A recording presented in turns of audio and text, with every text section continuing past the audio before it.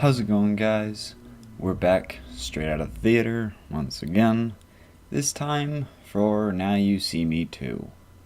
So, if you're unaware of exactly what, no, straight out of the theater. Um, so since if you don't know what Now You See Me is, it's a movie about a bunch of magicians and they pull off a bunch of tricks, and basically it's like a mystery of how did the trick work and what happened. And the first movie was met with mixed reviews. It was like I remember there being some polarizing issues, and that being, and I think it might have had a sort of like a cult following, but it was in my opinion, it's because the first movie has great performances and a fun mystery that's enjoyable, at least on the first watch, and maybe on the second watch, looking for clues and stuff. Um, and personally, I really enjoyed the first one. I liked it. I mean, I don't know if I would rate it very high critically, but as just a movie, I really enjoyed it. So let's go over it. Let's go over Now You See Me Too, rather. Um, in this movie, the horsemen, the four characters, the woman from the first movie, Isla Fisher, is replaced by someone else. I'm not 100% sure who played her, so I'm not going to say. But the horsemen are back, and they're trying to perform a trick, and someone gets the upper hand on them, and basically starts exposing a lot of the secrets that they've been trying to keep down. For instance, the fact that one of them is working in the FBI, and that one of their members, who supposedly died in the first one, hadn't actually died. So later on, we find out that Daniel Radcliffe is the one who revealed them to the world and revealed all of their secrets and such. And from there, they have to figure out how to turn the tide. Okay. I know that explanation might not have been the best, but I'm tiptoeing around spoilers, of which every other second of the movie has a twist. So let's go over it. Is it good? That's really hard. It was a roller coaster of sometimes good, sometimes not good. I found that most of the performances, like the first one, almost all the performances were pretty decent.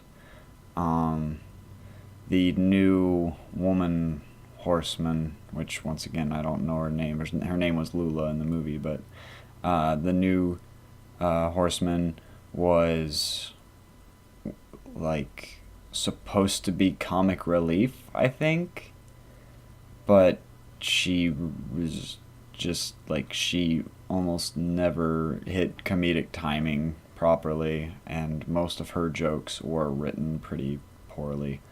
But I found that Jesse Eisenberg's character and Woody Harrelson's character and Dave Franco's character were all pretty much the same as they were in the first ones. In the first one, and so was Mark Ruffalo, Morgan Freeman.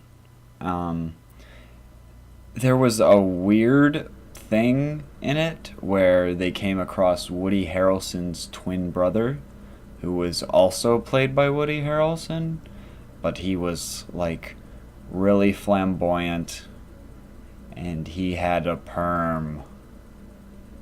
It looked like a perm. It wasn't. He said that he removed hair from somewhere else and put it in his head, and he had a soul patch,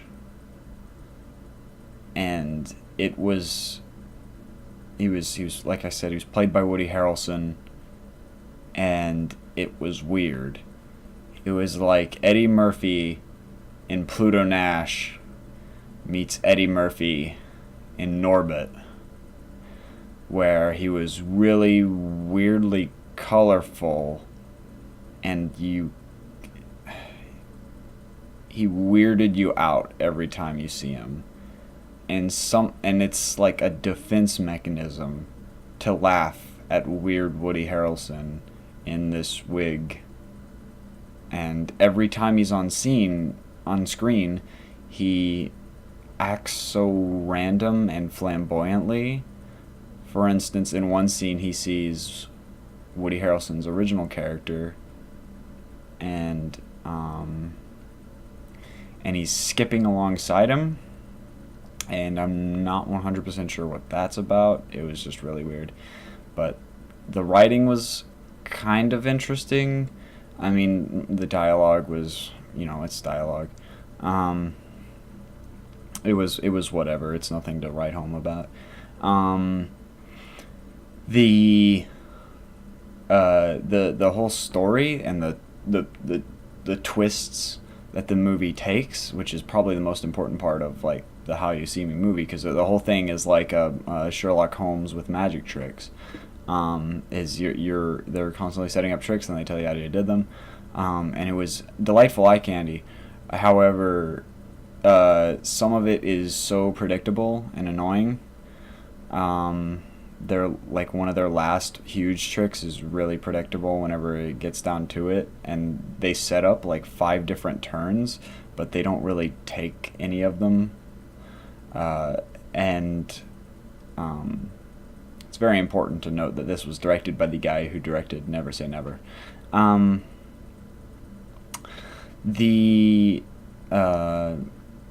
In the very ending, they reveal like a lot, and they reveal something about one thing that I was particularly loved in the movie, and it ruined it for me. And I just, they give you something, and you're like, this is amazing, and then it's like eating a Slim Jim, right? This dude gives you a Slim Jim. And then you eat it, and you're like, this is amazing. And they're like, oh, yeah, but this is how they make it amazing. And you're like, what?